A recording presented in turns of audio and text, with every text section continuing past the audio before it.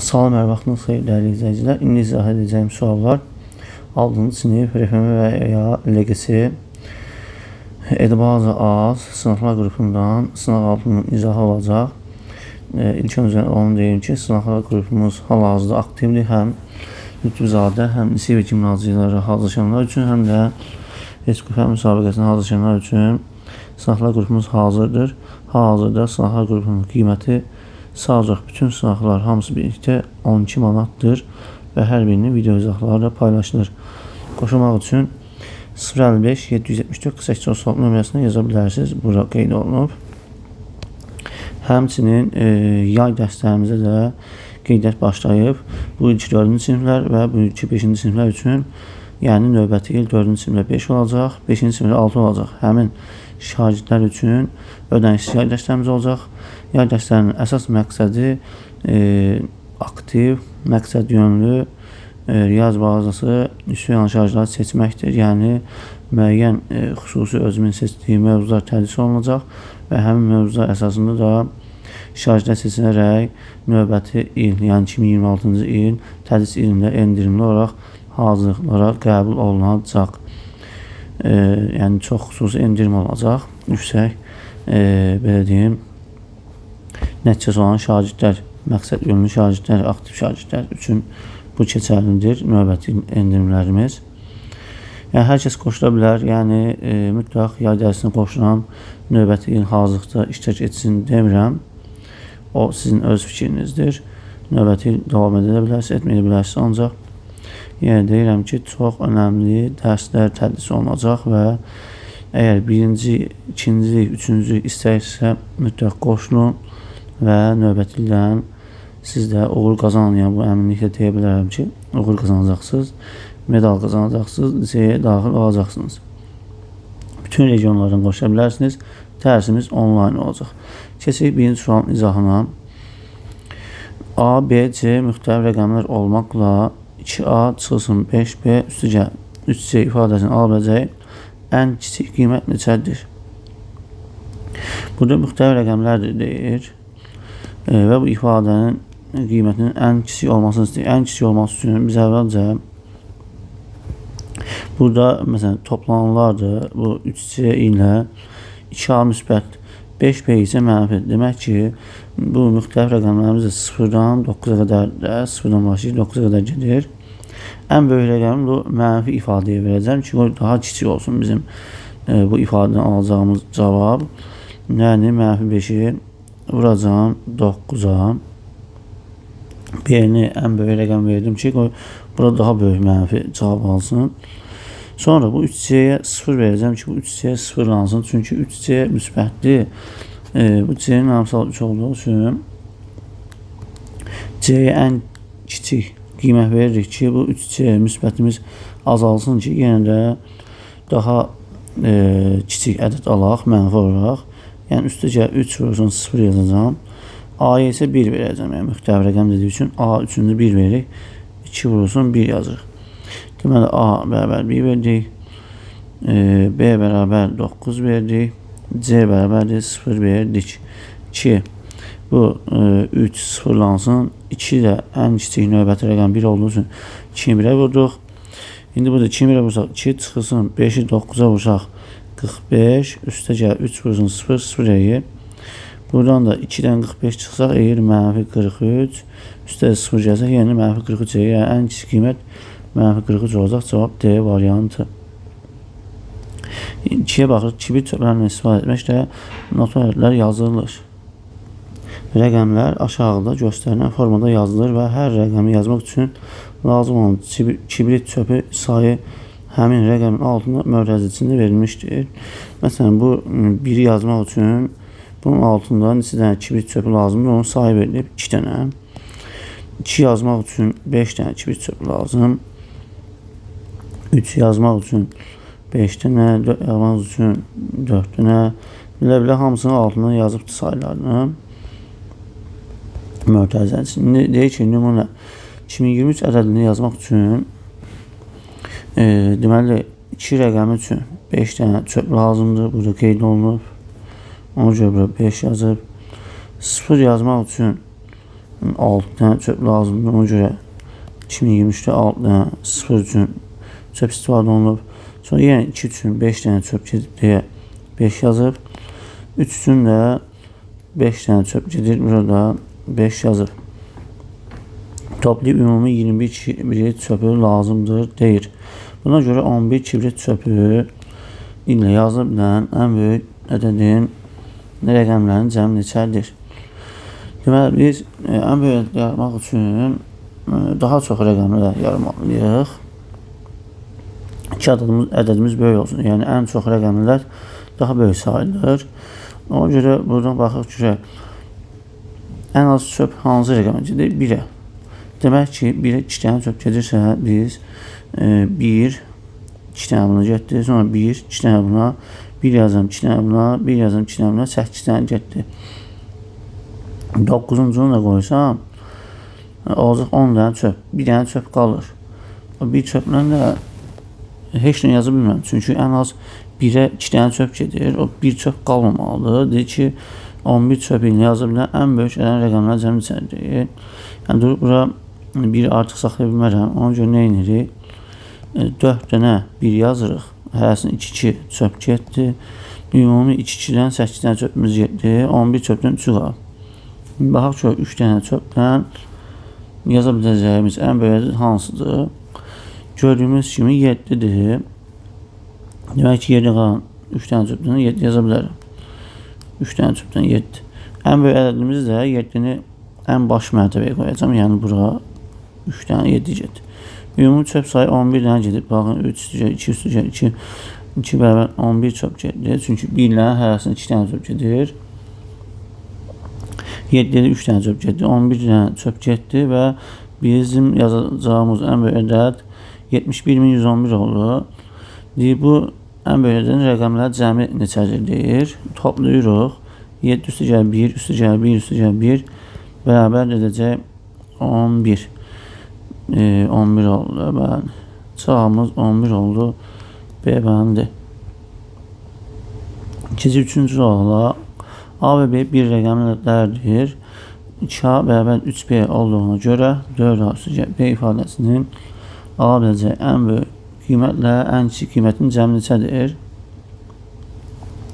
İndi burada 2A və 3B bərabərliyindən biz 1-2A B-nin qarşısındakı ədəddir. B də A-nın, yəni bunu K-la ifadə edəcəm. Yəni A bərabər 3K-dır, B də bərabər 2K-dır. Buradan da biz A və B'yi tapa bilərik. Ən kiçik qiymətini tapmaq üçün K-ya 1 verəcəm. K-ya 1 versək, A bərabərdir 3 vurulsun 1, 3 olacaq. B isə 2 vurulsun 1, 2 olacaq. K-ya 2 versək, nə olacaq? 3-ü 2 vursam 6 edir A. 2-ni 2 vursam bu 4 edir.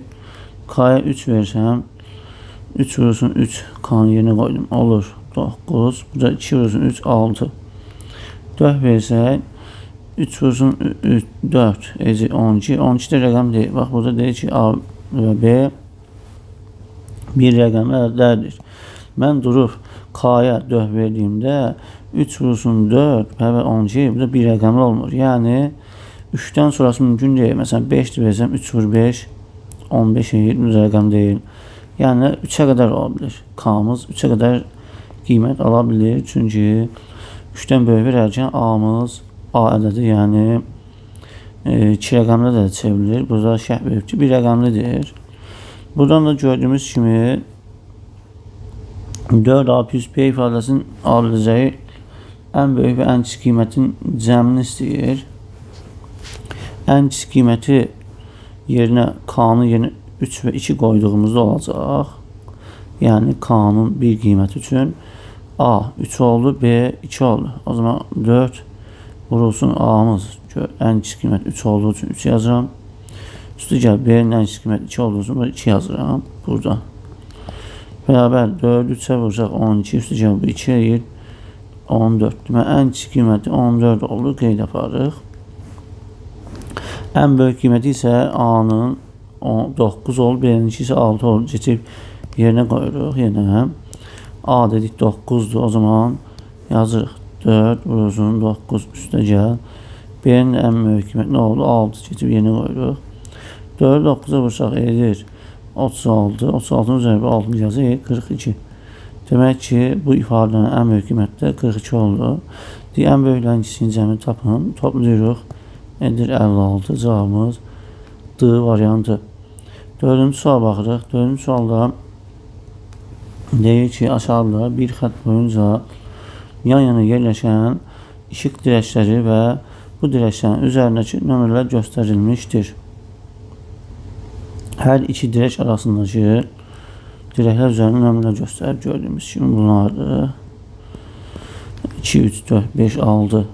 İndi ki, hər dirək arasındakı məsafə metrlə ifadə olunan, yəni metrlə ifadə olunur. 5 metr, 3 metr nəticə artıq metr olaraq məsafə var. Santimetr, desimetr deyil. Yəni, o demək istəyir. Birdən böyük bir tam ədəddir.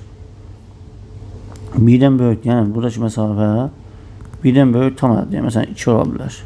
1 ola bilməz, yəni. Birdən böyükdür və tam ədəddir deyir. Yəni, kəsir də ola bilməz.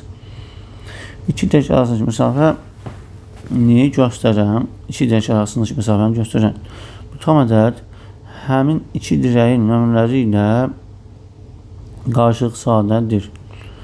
Məsələn, bu aradakı məsafəni göstərən o ölçü birdən böyük olan tam ədəd. Həmin dirəyin üzərindəki nömrələr ilə qarşılıq sadədir. Hər ikisi ilə. Məsələn, bura 5 yazsam, 5 2 ilə də qarşılıq sadədir, 3 ilə də. Qarşılıq sadə nədir? Ortaq bölənlər yalnız 1 olan ədədlər deməkdir. Bunu da başa düşdük. İndi deyir ki, buna görə şəkildə verilmiş 2 nömrəli dirəklə 6 nömrəli dirək arasındakı məsafə ən az neçə metrdir? 2 nömrəli dirəklə, yəni buradır, xətt qoyuram və ya yaşılınlıq. 2 nömrəli dirək buradır. 6 nömrəli dirək ən axırda yerləşir gördüyümüz kimi. Belə. Bunun arasındakı ümumi məsafənin 2 nə qədərdir?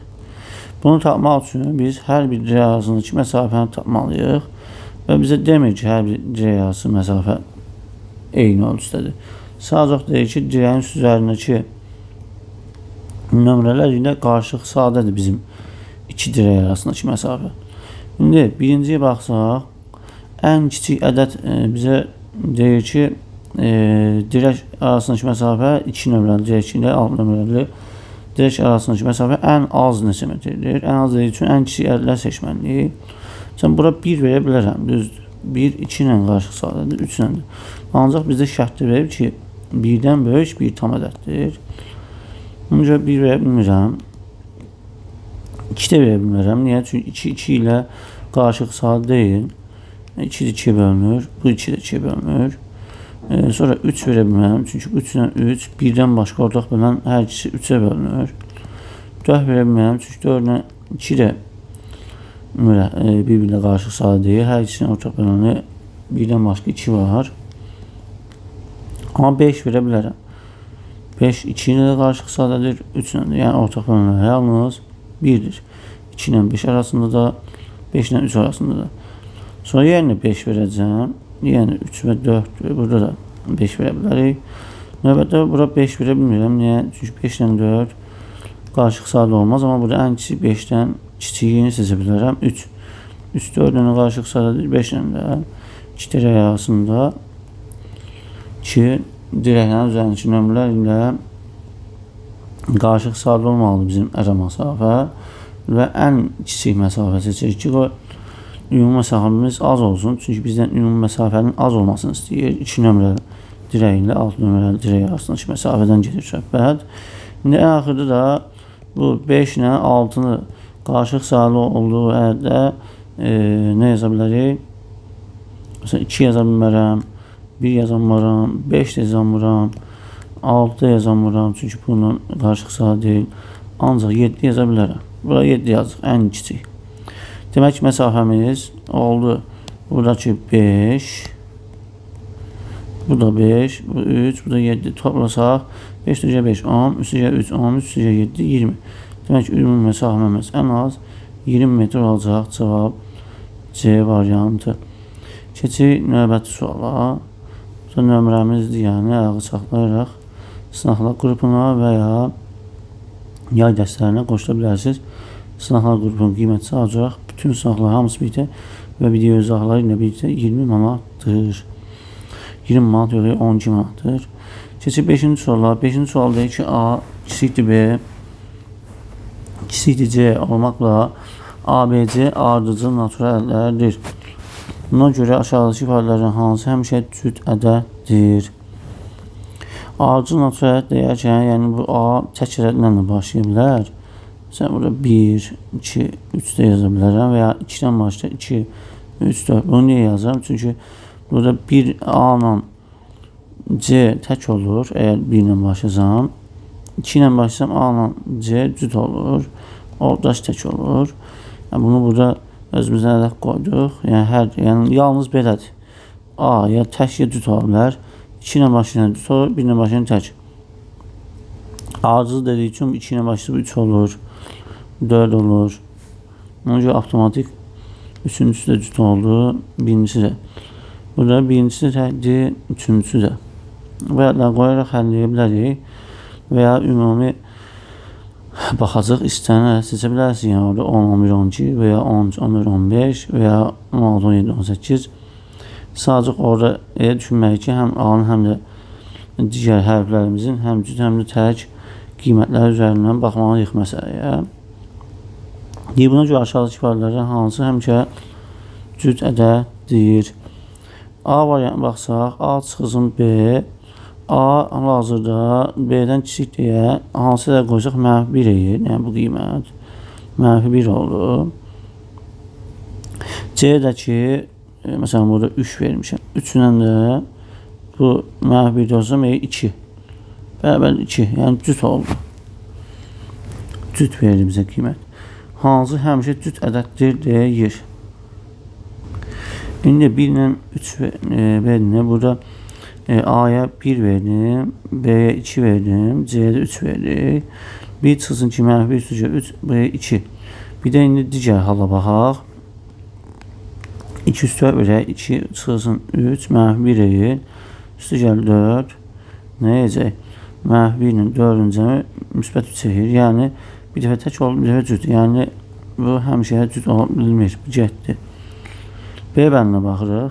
B çıx C verib. İndi B-yə 2 vermişəm. C-yə də 3.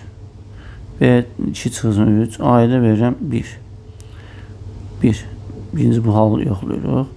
1 olsun. Buradan -1 olduğu üçün -1 bərabər -1'ir. -1 də tək deməkdir.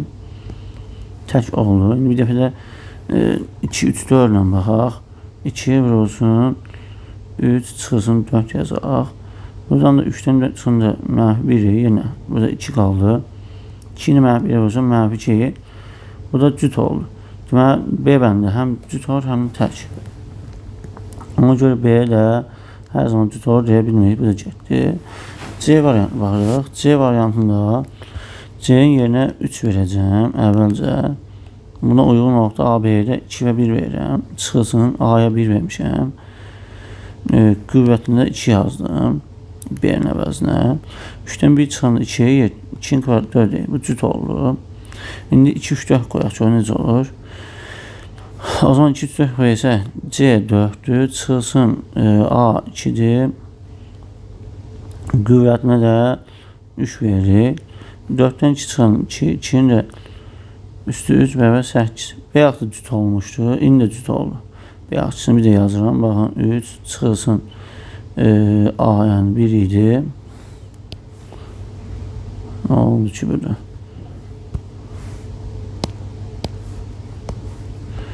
Neyse bir də yazaq silindi burası. 3 yenə qoyuram. Burada bax 1, 2, 3 vermişdik. Və ya 2, 3, 4 vermişik. Həm cüt həm tək üzərindən baxırıq. Bir də göstərirəm. Burada C-nin yerinə 1, A-nın yerinə uyğun olaraq yox, C-nin yerinə 3 verdik. Burada birinci aşağı istiqamət baxırıq. 3, 2, 1-dən. C-yə 3, çıxılsın A-ya 1, üstü B-yə 2 verəcək. Bərabərdir. Buradan 3'dən 1 çıxan 2, 2 üstü 2 də 4. Bu cüt oldu. İndi Burada da 2, 3, 4 üzerinden baxaq. Bir də C'ye verəcəm 4. A'ya verəcəm 2. Üstü 3 bərabərdir. 4-dən 2 çıxsam eğer 2, üstü 3 bərabər 8. Hər inşallah cüt oldu. Yəni cavab C variantıdır. İndi D niyə səhvdir? D-yə baxsaq. A vursun B. İndi A'ya burada 1, B'yə də 2 verdim. Üstü gəl C'də 3. 2'ye vuranda 2, üstü gəl 3, 5. Hazır gördüyümüz kimi tək oldu. Yəni həmişə düz ola bilməz. D də getdi. B də A'dır. Ancaq C doğru idi. 6'ya baxaq. X və Y fərqli rəqəmlərdir. X, Y 2 rəqəmli ədədi ilə Y, X 2 rəqəmli ədədinin fərqi həmişə bir natural ədədin kubuna bərabərdir. Bu şərti ödəyən ədədlər içərisində ən böyük olanın rəqəmlər cəmi tapın. Biz bilirik ki, bir-birinin əksi olan ədədlərə əks deyəndə, yəni burada rəqəmləri tərs yerləşən ədədlərin fərqi hər zaman bizə nə verir? Ya 9 verir, ya rəqəmləri cəmi 9 olan ədəd verir. Yəni X, Y çıxsın, Y, X bir-birinin tərsi olan ədədlər mütləq ya 9 olacaq fərqi. Və 9'un misilləri, yəni 18 ola bilər, 27 ola bilər, 36, 45, 54, 63, 72 və ya 81. Bundan başqası ola bilməz. Bunlar ola bilər, yəni maksimum. İndi burada da bunların fərqidir. Hər hansısa bir natural ədədin kubudur. O da ancaq kub olan 27'dir. 27 nəyin kubudur? 3'ün kubudur. 27 demək ki, ancaq burada fərqimiz 27 olacaq. Çünki digərlər kub ola bilmir və mütləq rəqəmlər cəmi 9 olmalı. Yəni başqa heç bir ədəd ola bilməz.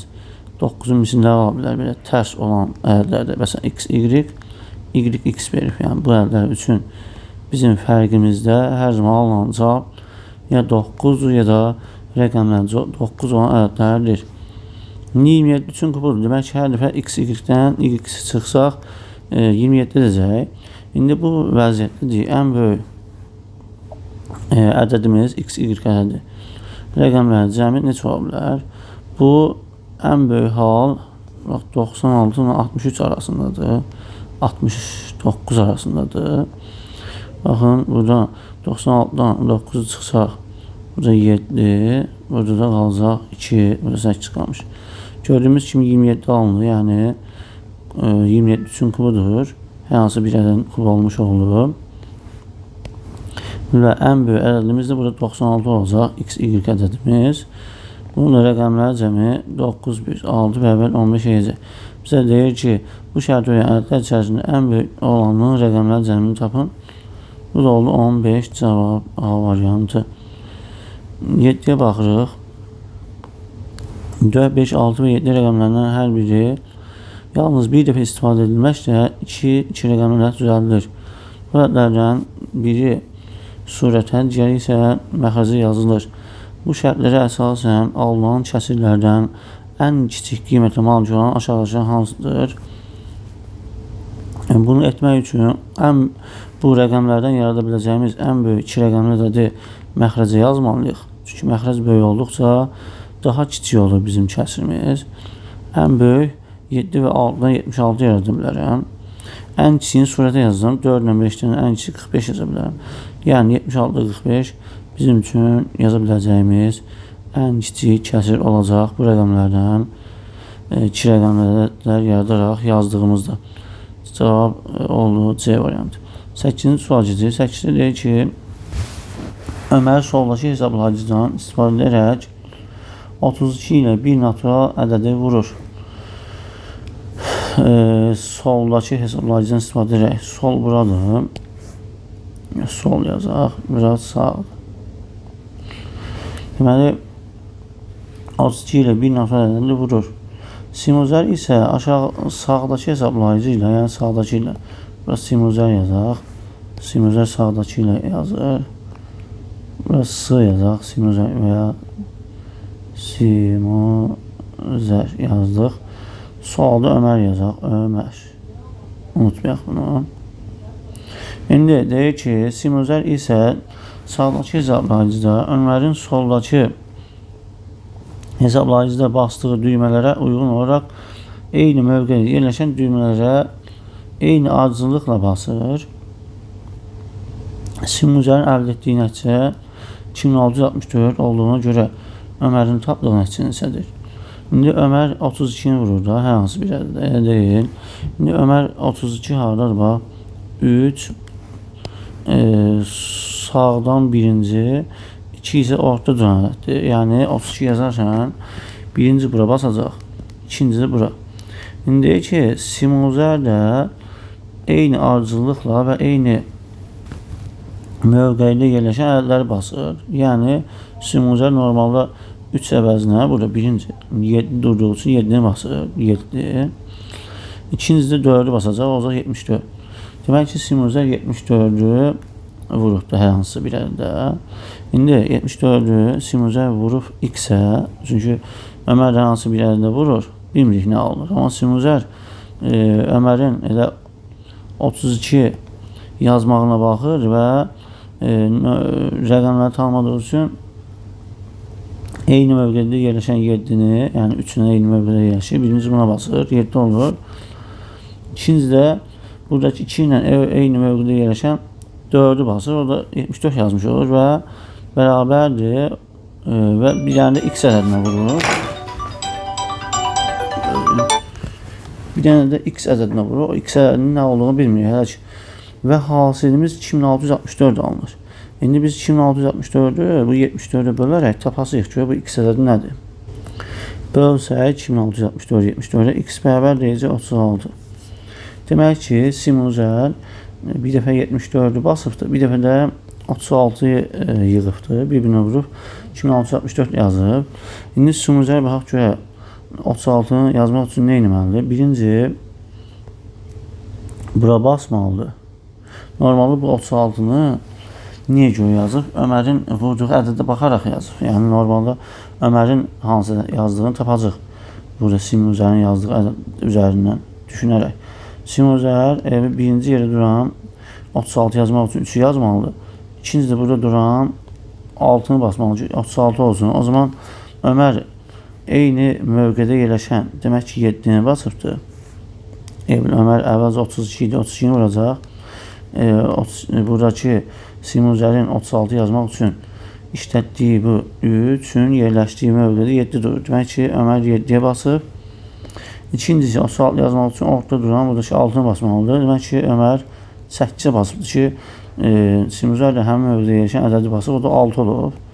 Demək ki, 78'ə vuracaq Ömər. İndi vururuq 32-78'ə. 32-78'ə vursaq, bərabər də alınacaq 2496. Yəni Ömər də normalda demək 32-78'ə vurub 2496 cavab alıb. Cavab A variantı. Şimdi keçək 9-cu sola. 9'da deyik ki, x üstəgəl 25-17 ifadəsinin nəticəsi müsbət tam ədəddir.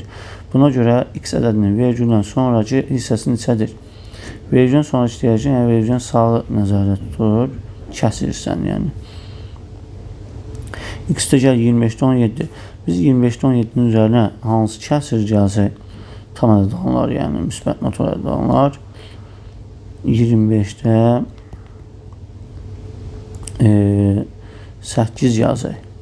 25'də 8 ilə 25-17 yazək. Toplayanda yer 25'də 25. Şimdi burada x ədədinin tam hissəsi nə istəyirsiniz? 6 tam olsa yazdım 6 tam. 25'də 25. Ay nə bilim 100 tam olsa 100 tam 25'də 8 ilə 25'i toplayıb tapacam nə bilim 100 tam 25'də 25. Bu da deyəcək 101. Yəni bizə nə lazımdır? Bu kəsir hissəsi lazımdır. Bu tam hissə bizə lazım deyil. Kəsir hissəni də onluq kəsir çevirməliyik ki, vergüldən sağdakı rəqəmlərin nə olduğunu tapaq. 8-də 25'ə bölsək, buradan bölürük. Elə çubuqlu bölmə ilə belə biraz aralı çəkək. 25'ə bölsəm 8'in özü 25'ə bölmədiyi üçün 0 tam düşür. Vergül qoyuram, burada 0 yazam. 80'i 25'ə bölsəm 3'ə çıxıram 75'i. Qalır neçə? 5. 5-də bölmək üçün biraz 0 yazırıq. 50-ni də 25-ə bölsək 2 çıxırıq 50-ni bərabər 0. Yəni 0,132 oldu. Vergülün sağında hansı ədəd durur? 32 durur. Cavab D variantı. Ona baxırıq. Yuxarıdakı şəkildə hər bir dairədə yazılmış ədəd həmin dairənin üzərində yerləşən 2 qutuda verilmiş ədədlərin cəmi bərabərdir. Bu dairədə duran ədəd bunun üzərində yerləşən 2 dənə qutudakı ədədlərin cəmi bərabərdir. Məsələn, buradakı 8, 7 A-nın 2də 1-in cəmidir. Və ya bu C, B ilə 4-də 3-ün cəmidir. Sonra deyir ki, həmin dairənin üzərində yerləşən 2 qutuda verilmiş ədədlərin cəmi bərabərdir. A və B ədədlərinin hər biri 2-də 5, 4-də 9, 5-də 7 və 8-də 3 ədədlərindən birinə bərabərdir. Və A və B bir-birinə fərqlidir. A ilə B bir-birinə fərqlidir. Yəni A və B bir-birinə bərabər deyil. C ədədi 3-dən böyükdür. C də böyükdür 3-dən. Olduğuna görə A üstə B üstə C cəmini tapın. İndi biz əvvəlcə buradan A-nı rahat tapa bilərik. Çünki dedik ki, bu dairədəki ədəd yuxarıdakı qutularda olan ədədlərin cəminə bərabərdir. Biz də A-nı tapmaq üçün bu cəmdən 2-də 1 çıxmaq yox. Çünki bu ikisinin cəmi 8-də 7 deyib də. Yəni A üstə 2-də 1 olub 8-də 7. Biz də A-nı tapmaq üçün nə edəcəyik? 8-də 7-dən çıxacaq 2-də 1-i. 2-də 1-in məxrəcini 8 çevirmək üçün sürət məxrəcini 4-ə vuracaq. O da bərabər olacaq. Buradan yazaq. 8-də 7 çıxılsın. Bura 8-də 4 olacaq. Bu da bərabər 8-də 3. Demək ki, A 8-də 3-dür. Yazıram bunu. A bərabərdir 8-də 3. Demək ki, burada verilmiş ədədlərdən 8-də 3 çıxdı. Bu A-ya bərabərdir. 7 qaldı 2-də 5, 4-də 9 və 5-də 7. Bir də bizə demişdi ki, C nədir? 3-dən böyükdür. C-nin 3-dən böyük olması lazım. İndi biz 4-də 3 ilə bu B-ni toplamışıq. Demək ki, C 3-dən böyük ədəd olub. İndi əvvəlcə burada 2-də 5-ə baxaq. 2-də 5-i getirib yerinə qoyuram. Daş B-nin yerinə. İşte o B ilə 4-də 3 toplayacaq C. Mən burada nə 2-də 5-i, nə 4-də 9-u, nə 5-də 7-ni heç birini C-nin yerinə qoya bilmərəm. Çünki heç birinin yerində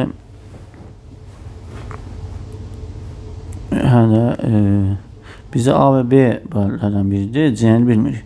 C başqa bir ədəddir. Yəni C-nin yerinə bulanı heç birini verə bilmərəm. A və B bunlardır. İndi B-nin yerinə 2-də 5 qoyuram. B-nin yerinə 2-də 5 qoyacam. 2-də 5 üstəcək 4-də 3 olacaq. O zaman 2-nin məxrəcini vuracam 2-yə. Sürətini 2-yə vuracam ki, qoy 4 olsun. O zaman 4-də 10 eləyəcək bura. Üstəcək bu da 4-də 3. Buraya 4-də 13. 4-də 13 də bərabərdir 3 tam 4-də 1-ə. Bax, C nə oldu? 3-dən böyük ola bildi. Əgər C bərabərdir 3-dən 4-də 1 olacaq. Bu 3-dən böyükdür deməkdir. Şərtimiz ödəmdir. Yəni birbaşa tapdıq ki, B nə imiş? 2-də 5 imiş. B 2-də 5-dir 100%. B-ni tapdıq. B bərabərdir 2-də 5. A-nı tapmışdıq ki, 8-də 3-dür. Yuxarı tapmışdıq buradan. İşte bir yerini qoyuram. A bərabərdir 8-də 3. C-ni tapdıq. 3,4-də 1. İndi buranın cəmi istəyir. İndi əvvəlcə 4-də 9-dan 5-də 7-dən də yoxlayaq. 4-də 9-u qoysaq, yəni görəcəyik ki, 3-dən böyük olmur. Daş B-yə 4-də 9 verelim. Çünki B bunlardan biri olar. 4-də 9-dan 4-də 3 toplasaq 4-də 12 eləyir. 4-də 12-də bərabər 3-ə. Yəni 3-dən böyük olmalı. Tam 3 oldu. 5-də 7 versək daha kiçik olacaq. Məsələn 5-də 7 verək. Və daş 5-də 7 idi. 5-də 7 ilə bunu toplamaq üçün bunu sürət məxrəcini 4-ə vuracam. Bunu da 5-ə vuracam. Bu da deyəcək. Burada məxrəcimiz 5 vur 4 yəni 20. Yuxarısı 7 vur 4 28-dədir. Üstə gəl burada 4 vur 5 20. Burada 3 vur 5 15. 15 ilə 28-in cəmi edəcək 20-də 43. 20-də 43 də bərabərdir 2 tam 20-də 3. Yəni 3-dən kiçik olur. Ancaq bizim üçün 2-də 5 verəndə C 3-dən böyük ola bildi. Ona görə dedik ki, B nədir? 2-də 5. İndi bunların cəmini istəyir, toplayaq. 2-də 5, üstə gəl 8-də 3, üstə gəl 3-dən 4-də 1. Buradan da yenə də bizim məxrəcimiz burada 2 olduğu üçün buranın 4'e vuracağım ki 8 olsun. Buranın da 2'ye vuracağım ki 8 olsun. Buradan alınacaq ki burada seri bura 8'də 20 oldu. Çünki 2'nin 4'e vurum 8, 5 4'e vurum 20. Üstə gəl 8'də 3. Üstə gəl burada da 4'ü 2'ye vuram 8'e. Yəni 3 tam 8'də 1'də 2'ye vurum 2. Belə. Buradan da alınır 8'də 20 üstə gəl 3 eğer 23 üstə gəl 2 25. 8'də 25 burada 3 tam var yazır. 3 tam 8'də 25. Bunu da düzgün hekəsi kimi veriblər. Yəqin ki cavabımız bəli düzgün hekəsi kimi verib. Tapdıq ki 3 tam 8'də 25'dir. 3'ü 8'e vursaq buradan.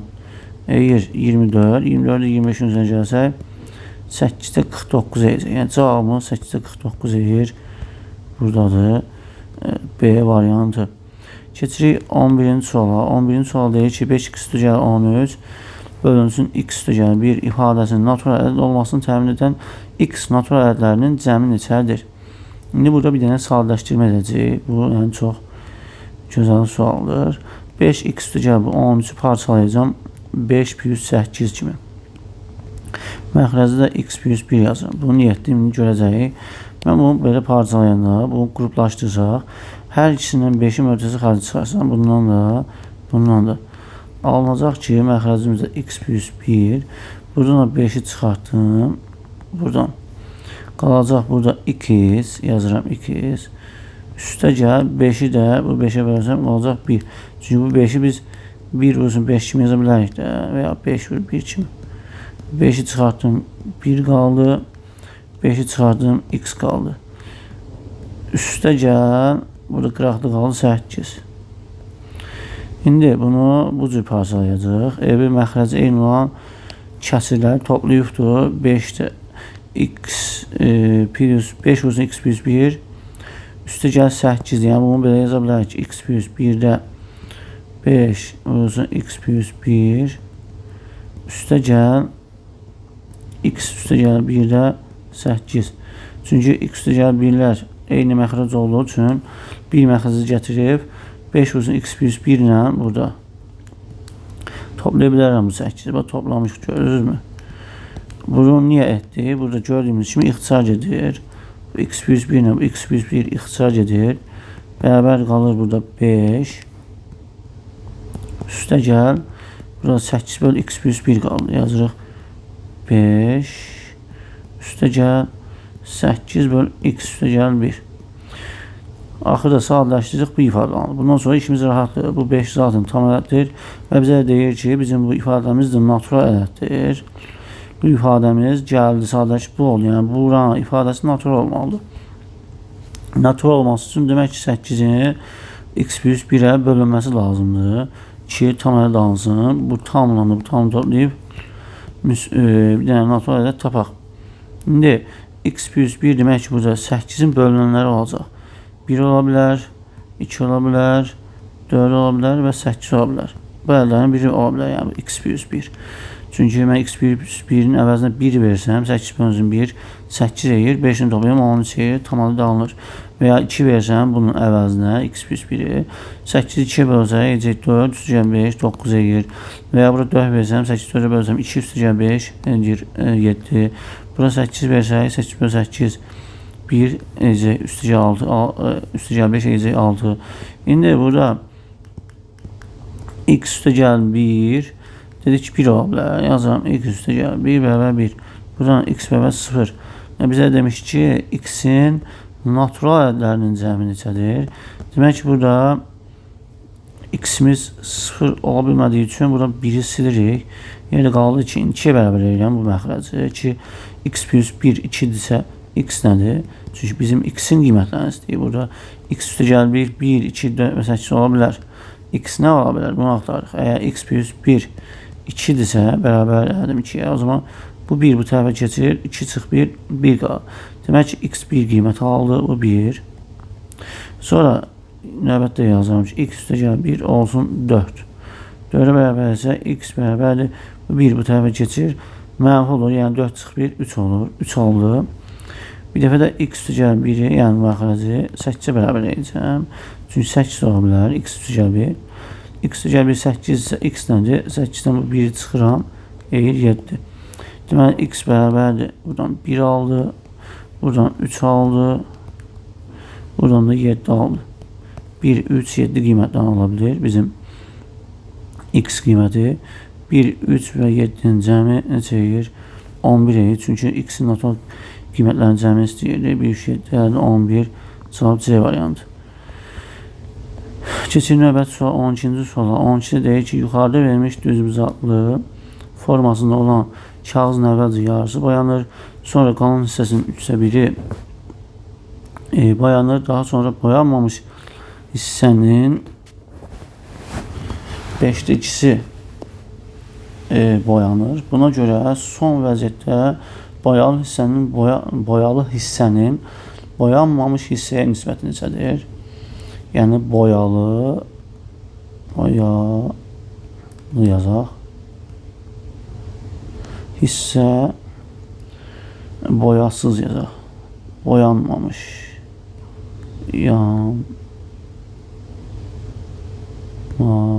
yazdıq.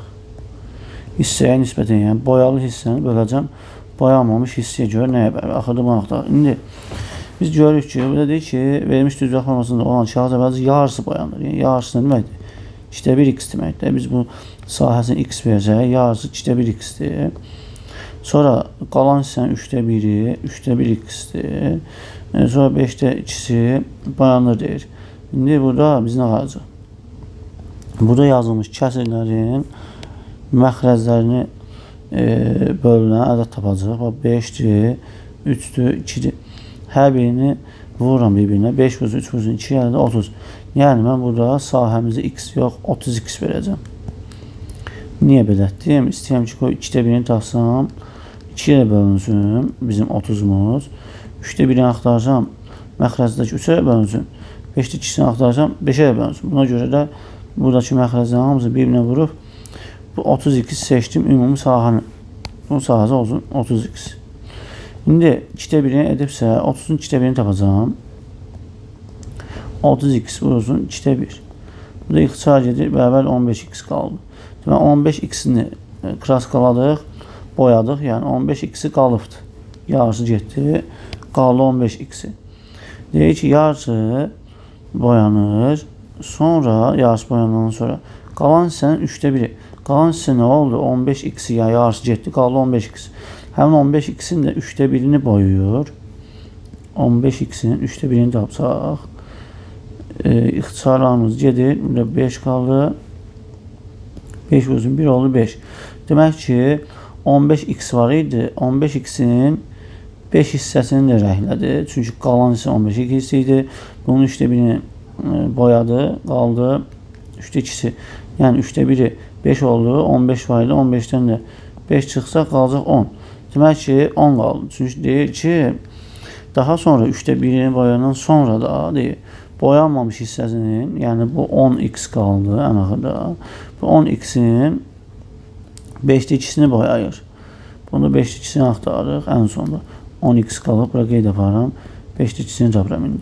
İxtisar gedir, burada 2 qaldı. 2 özün 2, 4. Demək ki, o qalan 10x-in də 4 hissəsini rəhlədi. 10x-dən də 4x-i çıxırıq, qaldı 6x. Deməli, boyanmamış 6x qaldı. Boyanmış nə olacaq? Ümumi 30x seçmişdik.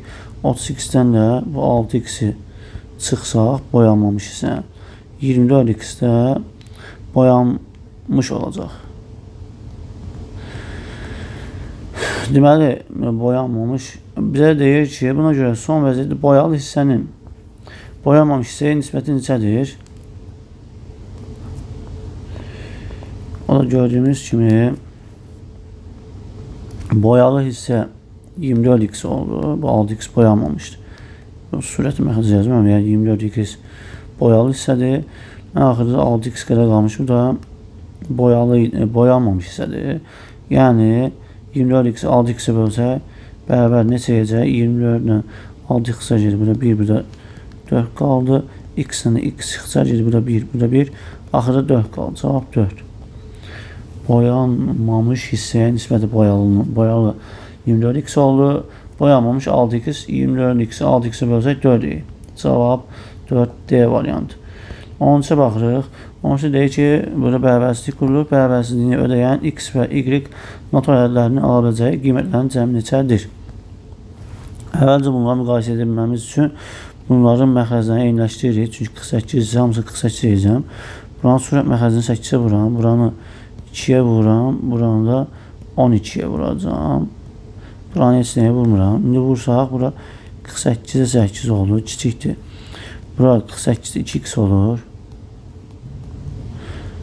Bura olacaq 48'de y elə qalır. Burada olacaq 48'de 12. Burası olacaq sürət məxrəci 12. İndi gördüyümüz kimi 8 ilə 12 arasında olan ədədlərdir bu 2x ilə y. O zaman biz 2x'in 8'dən deməli böyükdür. Nə yaza bilərik? Bura 2 vurulsun 4 yazım 8 yer alınmır. 9 da edə bilmirəm. Çünki x natural ədəddir. Bizə şərt verir ki, x və y naturaldır. Demək ki, mən x-ə 4/5 verə bilmərəm. Bura 8-dən böyük ya 9 ya 10. 9-u edə bilmirəm. Çünki x-ə 4/5 verməyəm, amma 10 edə bilirik. Yəni 2 vurulsun 5, bərabər 10 edə bilər. Yəni 2x-in əvəzinə, çünki burada 8-dən böyükdür də, 9-dur, 10-dur, 11. Yəni bu aralıqda 9, 10 və 11 ola bilər. Çünki 12-dən də kiçikdir digər ədədlərimiz. O da ki, biz x-ə 5 verə biləcəyimizə görə, o zaman 2 vurulsun 5, x bərabər 5 oldu. 10 eləyəcək, buraya yazıram 10. Bura 10 olsa, məcbur 10 ilə də 12 arasında yeganə natural ədəd hansıdır? 11. Y-də olacaq, bu 11. Y-də bərabər 11 oldu. Bizdən də dedi ki, x və y natural ədədlərinin ala biləcəyi qiymətlərin cəmi neçədir? Nəşdən x 5 aldı, y-də 11. 11 üstü gəlir 5 bərabərdir 16 D variantı. İzahımız bu qədər. İnşallah növbəti çox xüsusi 30-a yaxın sualla paylaşacağım. Mütləq izləmədə qalın.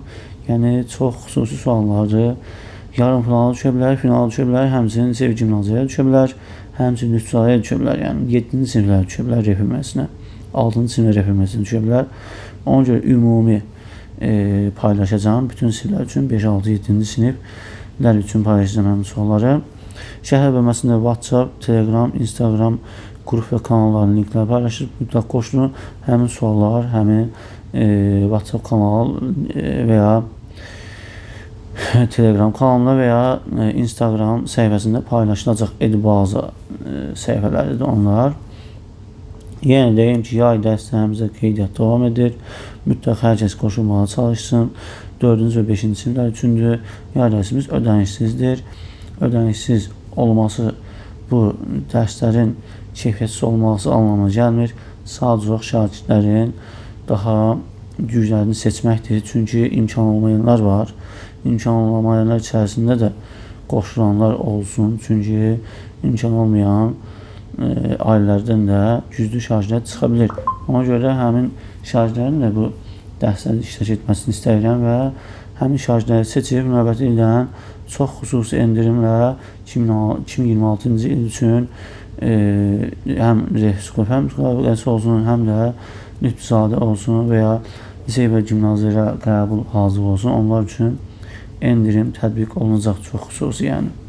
Ona görə də bu videonu və bu dediklərimi hər kəsə paylaşın. Bəlkə ətrafımızda vardır imkan olmayanlar. Onlar da qoşulsun yay dərslərimizə. Yay dərsləri indiki 4 və indiki 5-lər üçündür. Yəni növbəti il 5 olacaqlar və ya növbəti il 6-cı sinif olacaqlar üçündür. Amma bütün siniflər üzrə də 7, 8, 9, 10, 11-ci siniflər üçün də növbəti tədris ili üçün hazırlıq qeydiyyatlarımız da var. Yəni onlara da tədris olunacaq dərslərimiz. Sadəcə yay dərsləri yalnız indiki 4-lər və indiki 5-lər üçündür. Yəni növbəti il 5 olacaqlar və ya növbəti il 6-cı sinif olacaqlar üçündür bizim ödənişsiz yay dərslərimiz. Və bundan əlavə bizim sınaqlar qrupumuz hələ də davam edir. Sınaqlar qrupu sadəcə olaraq 12 manatdır. Gördüyümüz kimi bu suallardır və bundan da üstün suallar var. Yəni bu sınaq altdan bir suallardır. Edbaza az, 6-cı sinif RFM və ya LGS sınaqlar qrupundandır. Əlaqə nömrəmiz də budur. 055 774 48 36.